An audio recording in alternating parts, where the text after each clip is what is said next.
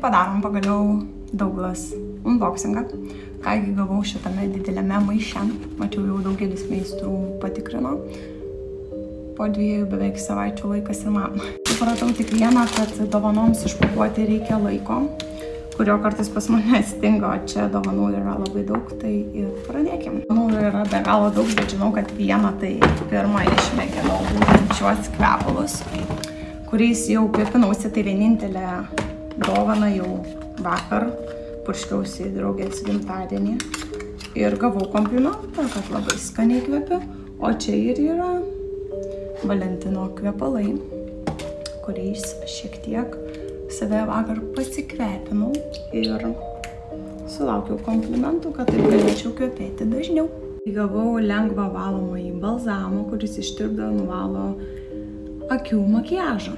Tinka visų tipų odai, tai kaip tik esu su makiažo likučiais, čia tokio sviestinio pobūdžio valomasis balzamas, kuris būtent ir sako, kad ištirpdo akių makiažą, kurį turėjau. Ir šiek tiek pasiturbinsim naujai. Feeling Panda. Va tos diskeliais nuimu visą šitą perteklių. Kaip matote, valymas veiksmingas. Met gavau lankom serumą, kuris yra 3 rūšių. Ir paspaudus, o čia per tą dozatorių išgaunate 3 skirtingų serumų efektą. Ir čia rašo, kad stabdo senėjimą. Tai matyti, jau man po 25 parinko irgi produktą, tas, kuris stabdytų senėjimą ir padrėkintų viršutinius mano odos sluoksnius. Jausmas šilkinis, lengvai padrėkino, oda spindinti, graži. Pasižiūrėsim, kaip atrodys uždėjus tonalinį kremą. Gavau Douglas Natural paakių kremą, kuris rašo, kad mažina nuovargio efektą. Tai man atrodo, atrinko man tuos produktus kaip senstančiai ir labai pavargusiai asmenybei, kad šiek tiek galėčiau palepinti savo odą ir toliau rodyti jums nepriekaištingus makiažo įvaizdžius. Šiaip iš tikrųjų net pasidarė įdomu. Ar jūs tikrai galvojat, kad aš jau tokia sena? Gal kažkas nežinot, kiek man metų, pakomentuokit. Kiek man duotumėt metų? Kokio amžiaus aš atrodau? Net susimaščiau. Gal man reikia atostogų? Gal turit pasiūlymų, kur nukeliauti ar ką nuveikti, kad šiek tiek pailsėčiau? 3 metus dirbau non-stopu, manau, man reikia atostogų. Tai siūlykit kur. Tuomet renginyje išbandžiau Bobbi Brown su SPF tonalinį kremą. Naudoju ir aš CC bei BB kremus, nes patinka toks visiškai natūralus efektas. Koks skystas. Spėju, kad čia per daug prisivariau.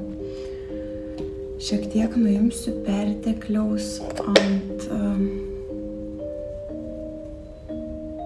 tamponėlį, nes manau, kad man čia jo tikrai tiek nereiks. Tai šiek tiek lengvai nuimu perteklių ant kempinėlės, nes labai skystas produktas, ir bandau įmasažuoti į odą.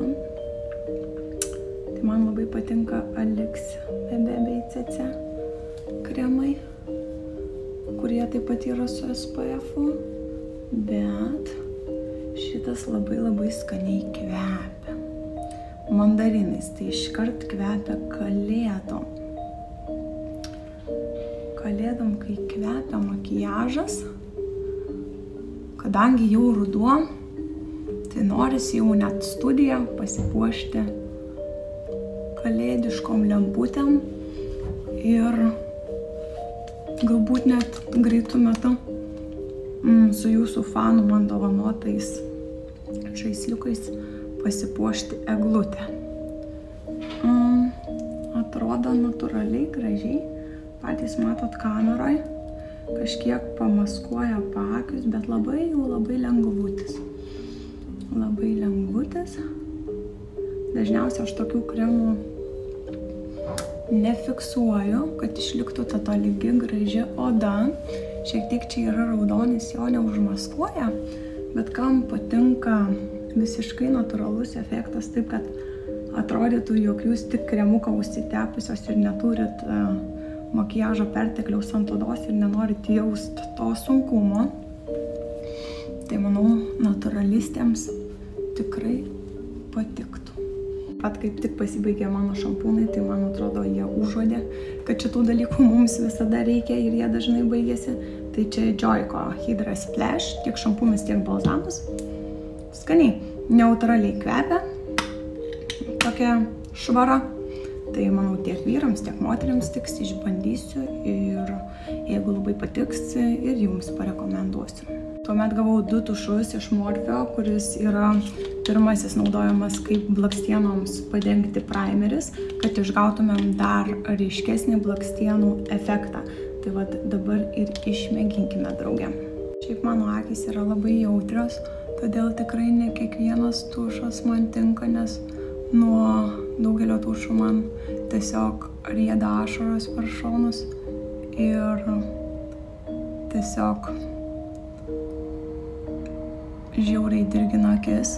Bet čia pirmą kartą matau primerį mėlyną, kaip matote, nes dažniausiai jie būna juodi arba balti, tai čia kažkas įdomesnio.